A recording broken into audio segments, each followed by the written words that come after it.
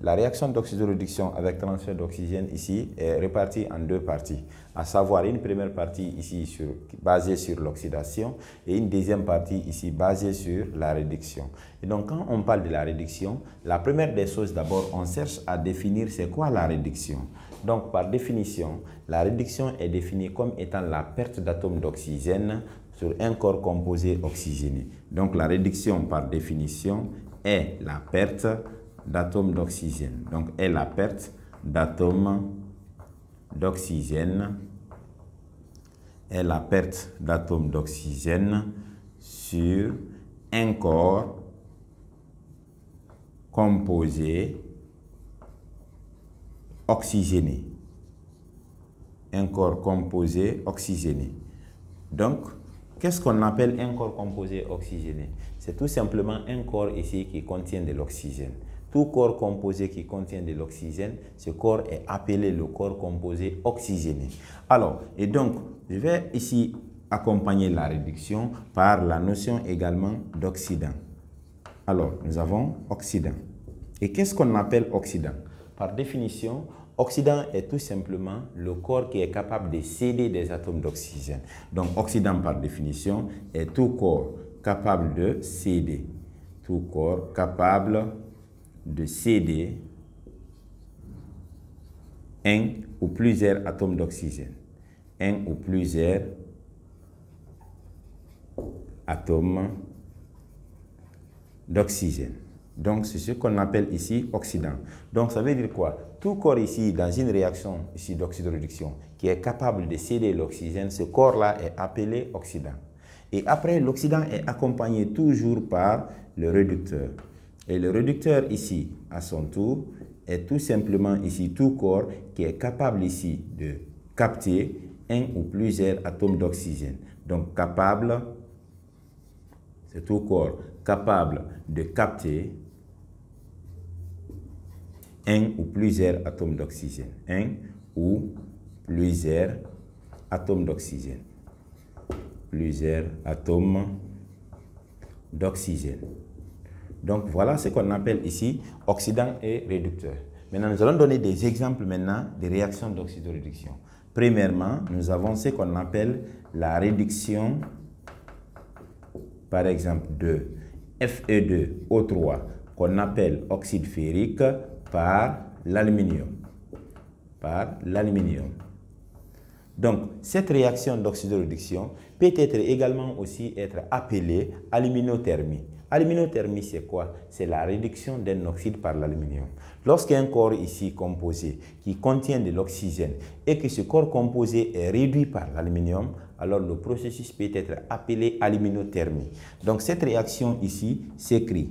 Nous avons le Fe2O3 plus le Al, ça donne. Alors qu'est-ce qui va se passer?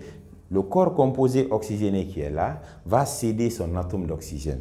Donc l'oxygène qui est là, il va céder ça. Donc ça va rester ici le fer. Alors plus, l'aluminium va maintenant capter ici l'oxygène cédé par le Fe2O3 pour former ce qu'on appelle ici le Al2O3. Ce Al2O3 est appelé en chimie alumine. Et le Fe, c'est le fer. Et Al, c'est aluminium. Et le Fe2O3 est appelé oxyde ferrique. Alors, on peut donner cette réaction et on demande de montrer que cette réaction est une réaction d'oxydoréduction. Alors, ça veut dire quoi? De tout simplement, la première des choses, d'abord, on va chercher à équilibrer. Alors, pour équilibrer cette équation, toujours la priorité est donnée à l'oxygène. Donc, l'oxygène, au niveau ici des réactifs, il est pris 3 fois. Au niveau des produits, l'oxygène est pris 3 fois, donc l'oxygène est équilibré. Après, le fer ici est pris 2 fois. De l'autre côté, il est pris 1 fois. Donc, pour avoir 2, on multiplie le fer par 2. Et l'aluminium au premier membre est pris 1 fois. Et au second membre, il est pris 2 fois. Pour avoir ici 2, on multiplie ici par 2. Donc, dans ce cas, on dira que l'équation, elle est équilibrée. Alors, pour montrer maintenant que c'est une réaction d'oxydoréduction, la première des choses, d'abord, c'est ça. Il faut équilibrer. Après avoir équilibré, il faut indiquer le sens de l'oxydation et le sens de la réduction. Mais aussi de montrer ce qu'on appelle le corps oxydant et le corps réducteur. Alors, pour indiquer le sens d'oxydation et de la réduction, c'est tout simplement, nous allons prendre ici. Voilà ici ici, le fer est là avec l'oxygène et on tire la flèche jusqu'au niveau du fer de l'autre côté où le fer n'a pas d'oxygène. Ici, le fer est avec l'oxygène et de l'autre côté, le fer n'a pas d'oxygène. Ça veut dire que le fer a perdu ici l'oxygène. Et la perte d'oxygène là, c'est ce que nous avons appelé ici la réduction. Donc, ce processus est appelé réduction. Pourquoi? Tout simplement parce qu'il y a eu perte d'oxygène. Et lorsque nous prenons l'aluminium ici, au niveau du premier membre, l'aluminium est pris, il est seul. Et au niveau du second ici, membre, l'aluminium est avec l'oxygène. Donc, ça veut dire que l'aluminium a gagné l'oxygène. Et le gain d'atomes d'oxygène là, c'est ce qu'on appelle ici oxydation. On appelle ça oxydation. Alors, voilà, ça c'est la deuxième phase ici pour montrer que c'est une réaction d'oxydoréduction. Maintenant, la troisième phase, maintenant, c'est quoi? C'est d'indiquer ici le corps oxydant et le corps réducteur. Alors, le corps oxydant ici, c'est quoi? C'est tout simplement, nous avons dit, comme nous avons dit ici dans la définition, le corps oxydant, c'est le corps ici qui est capable de céder l'oxygène. Ici, on regarde ici, le corps qui a cédé l'oxygène, c'est le Fe2O3. Donc, dans ce cas, le Fe2O3 est appelé oxydant. Pourquoi? Parce que c'est lui qui a cédé l'oxygène. Et de l'autre côté, on aura ici le réducteur. Et le réducteur, ça serait ici quoi? Ça serait tout simplement ici le corps qui est capable de capter l'oxygène. Et quel est le corps qui a capté l'oxygène ici? C'est l'aluminium. Dans ces cas, l'aluminium ici est appelé le réducteur. Donc voilà, ici, on a montré que cette réaction est une réaction d'oxydoréduction. Et donc, voilà ici un premier exemple ici de réaction d'oxydoréduction. Bon, comme deuxième exemple, je prends tout simplement ce qu'on appelle la réduction ici de la vapeur d'eau, la réduction de la vapeur d'eau, c'est-à-dire le H2O par Al, comme ça. Donc voilà, ça aussi, on peut nous donner et on nous demande de montrer que cette réaction également est une réaction d'oxydoréduction. Donc la première des choses, d'abord, on va écrire cette équation. Alors pour écrire ici cette équation, on aura tout simplement la vapeur d'eau qui s'écrit par H2O plus l'aluminium, c'est Al, ça donne. Voilà, ici dans l'eau, nous avons l'oxygène. Donc, ça veut dire quoi? La molécule d'eau ici est un corps composé oxygéné. Pourquoi? Parce qu'il renferme de l'oxygène. Alors, qu'est-ce qui va se passer? L'aluminium va ici lui retirer son atome d'oxygène. Donc, l'aluminium lui retire son atome d'oxygène. L'aluminium va se présenter ici avec son atome d'oxygène. Dans ce cas, ça sera l'aluminium plus l'oxygène, ça donne le Al2O3, plus l'hydrogène maintenant va rester ici seul. Donc, on aura ici plus l'hydrogène. Alors, donc, la première des choses d'abord, c'est ça, on a écrit l'équation. Et on va chercher à équilibrer cette équation. Pour équilibrer cette équation, toujours la priorité est donnée à l'oxygène. Donc, nous avons l'oxygène ici qui est pris au premier membre ici. L'oxygène est pris une fois. Au second membre, l'oxygène est pris 3 fois. Pour avoir ici 3, on multiplie l'oxygène ici par 3.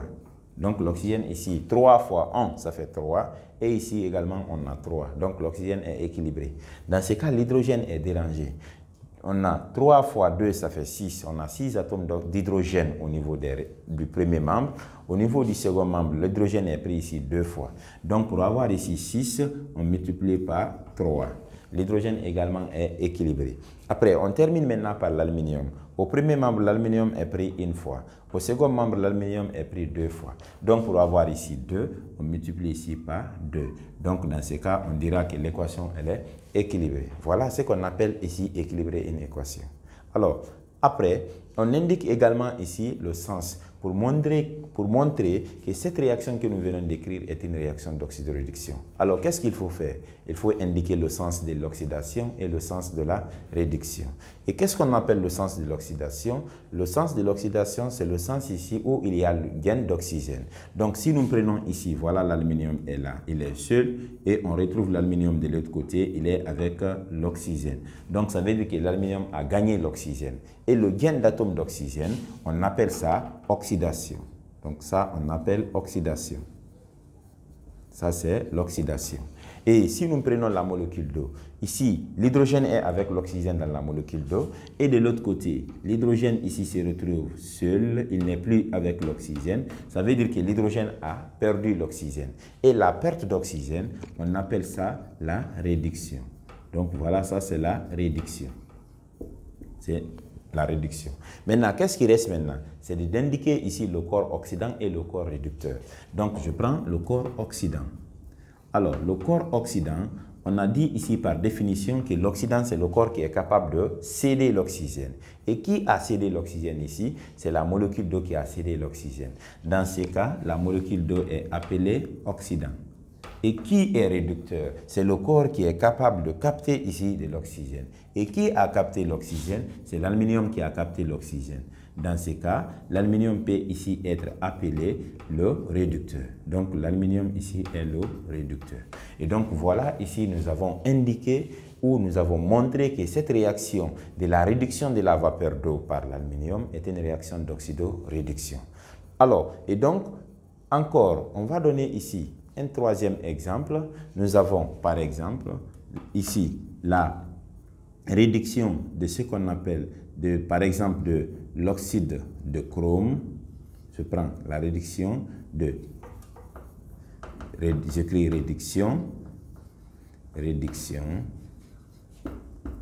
de Cr2O3 par aluminium. Donc, également, c'est aussi un exemple de réaction d'oxydoréduction. Donc, je prends également l'oxyde de chrome qui a pour formule le Cr2O3 plus l'aluminium. La même chose ici va se passer. Le corps qui est avec l'oxygène va donner son atome d'oxygène. Donc, l'aluminium va récupérer son atome d'oxygène. Donc, ça va rester seulement ici que le Cr plus l'aluminium maintenant plus l'oxygène. Ça donne toujours le Al2O3. Donc voilà, également ça c'est un exemple de réaction d'oxydoréduction aussi. La première toujours des choses, on cherche à équilibrer. Pour équilibrer, nous avons l'oxygène ici qui est pris 3 fois. Au second membre ici, l'oxygène est pris 3 fois. Donc l'oxygène est équilibré. Et le chrome ici est pris 2 fois. De l'autre côté, au second membre, le chrome est pris 1 fois. Donc pour avoir 2, on multiplie ici par 2. Et l'aluminium ici au premier membre est pris 1 fois. Et au second membre, il est pris 2 fois. Pour avoir 2 ici, on multiplie également ici par 2. Donc on dira que l'équation, elle est équilibrée. Alors, après, nous allons indiquer également le sens aussi de l'oxydation et le sens de la réduction. Alors, le sens de l'oxydation ici, je prends ici de l'aluminium, il est là, il est seul.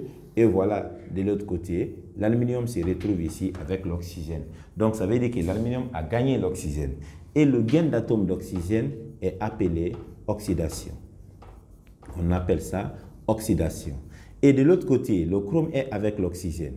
Et de l'autre, par là, le chrome se retrouve ici seul. Ça veut dire que le chrome a perdu l'oxygène. Et la perte d'oxygène est appelée la réduction. Donc, on appelle ça la réduction. Alors, après, on indique également le corps oxydant et le corps réducteur. Le corps oxydant, qu'on peut aussi appeler le corps réduit, parce que l'oxydant ici peut être aussi appelé le corps réduit. Alors, donc, est tout simplement le Cr2O3. Pourquoi? Parce que dans cette réaction, c'est l'oxyde de chrome qui a cédé l'oxygène. Et qui est l'aluminium? L'aluminium joue le rôle du réducteur. Et pourquoi? Parce que tout simplement, c'est l'aluminium ici qui a capté l'oxygène. Donc, l'aluminium joue le rôle de réducteur. Donc, voilà également ce qu'on appelle aussi un exemple de réaction d'oxydoréduction. Et donc, on va donner ici un quatrième exemple. C'est-à-dire, je prends cette fois-ci la réduction de CuO, qu'on appelle oxyde cuivrique, par le carbone, C. Donc voilà, ça aussi c'est un exemple de réaction d'oxydoréduction. Toujours la première des choses, on écrit toujours l'équation. Et l'équation ici s'écrit comment? Nous avons le CuO qu'on appelle oxyde cuivrique plus le carbone. Alors, ça donne. Donc, l'oxyde cuivrique ici est avec l'oxygène. Le carbone va lui retirer son atome d'oxygène. Alors, il va rester maintenant seul le cuivre, plus, il y aura ce qu'on appelle le dépôt de cuivre, plus l'oxygène maintenant, plus le carbone. Ça donne toujours ici le CO2. Donc voilà, également, ça c'est aussi un exemple de réaction d'oxydoréduction. Toujours, après avoir écrit l'équation, la première des choses, il faut toujours chercher à équilibrer cette équation. Et pour équilibrer, comme toujours nous sommes en oxydoréduction avec transfert d'oxygène, alors la priorité est toujours donnée à l'oxygène. Donc au premier membre, l'oxygène ici est pris une fois. Au second membre, l'oxygène est pris 2 fois. Alors pour avoir 2 ici, on multiplie par 2. Et dès qu'on multiplie le CuO par 2, alors le cuivre est dérangé. Le cuivre maintenant devient ici 2 et par là le cuivre est pris une fois. Donc pour avoir 2, on multiplie le cuivre également ici par 2. Donc le cuivre aussi est équilibré. Alors le carbone est là au premier membre, il est pris une fois. Au second membre, le carbone est pris une fois. Donc dans ce cas, on dira que l'équation elle est équilibrée. Alors après avoir équilibré l'équation, la seconde phase maintenant c'est quoi? Il faut indiquer le sens de l'oxydation et le sens de la réduction. Alors le sens de l'oxydation et le sens de la réduction. On prend ici le CuO, le cuivre est avec l'oxygène et on vient de l'autre côté. Le cuivre ici est seul, ça veut dire que le cuivre a perdu l'oxygène. Et la perte d'oxygène est appelée tout simplement la réduction. On appelle ça la réduction. Et de l'autre côté, au premier membre, le carbone ici, il est seul. Au second membre, le carbone se retrouve ici avec l'oxygène. Alors, ça veut dire que le carbone ici a gagné l'oxygène. Et le gain d'atomes d'oxygène est appelé oxydation. Donc, voilà ça, on l'appelle oxydation. Alors, après ça, nous allons aussi montrer ce qu'on appelle le corps oxydant et le corps réducteur. Alors, comme on a toujours dit, l'oxydant, c'est quoi? C'est le corps qui est capable de céder des atomes d'oxygène. Et ici, dans cette réaction, qui a cédé l'oxygène? C'est le CuO qui a cédé l'oxygène. Dans ce cas, le CuO est appelé oxydant. Et si nous prenons également le réducteur, alors le réducteur, c'est le corps qui est capable de capter des atomes d'oxygène. Et qui a capté ici des atomes d'oxygène? C'est le carbone. Dans ce cas, le carbone est appelé ici le réducteur. Donc voilà, ici nous avons également montré que cette réaction est une réaction d'oxydoréduction.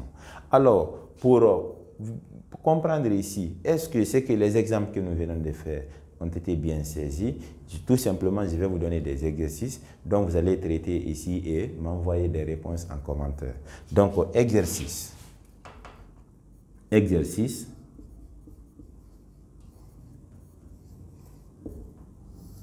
Alors, je prends 1. On peut demander, par exemple, on dit, montrer que ce sont des réactions d'oxydoréduction. Donc, je dis, montrer que ces réactions sont des réactions d'oxydoréduction. Sont des réactions d'oxydoréduction. D'oxydoréduction. Alors, je prends petit a. Premièrement, je prends le PbO, on appelle ça oxyde de plomb. Le PbO plus le carbone donne le Pb plus le CO2. Alors, vous allez ici équilibrer et vous allez montrer le sens de l'oxydation, le sens de la réduction, oxydant et réducteur. Après, je prends B. Nous avons le Fe2O3 plus le CO donne le Fe plus le CO2.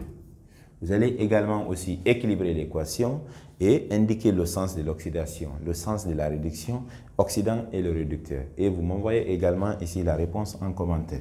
Alors, je prends C. Un autre exemple aussi, je prends tout simplement le Al2O3 plus le carbone, ça donne le Al plus le CO2. Également aussi, c'est un exemple de réaction d'oxydoréduction, donc vous allez faire la même chose. Alors, après, le dernier exemple, petit 2, je prends tout simplement le ZnO plus le C, ça donne le Zn plus le CO2. Alors donc, voilà ici les 4 exemples dont vous allez chercher ici à traiter et m'envoyer ici les réponses en commentaire. En vous référant ici des exemples de réactions que nous venons ici de voir là. Donc, vous allez utiliser les mêmes procédures. Premièrement, d'abord, équilibrer l'équation. Deuxièmement, indiquer le sens de l'oxydation et le sens de la réduction. Et troisièmement, montrer le corps oxydant et le corps réducteur. Et donc, voilà, je vous remercie.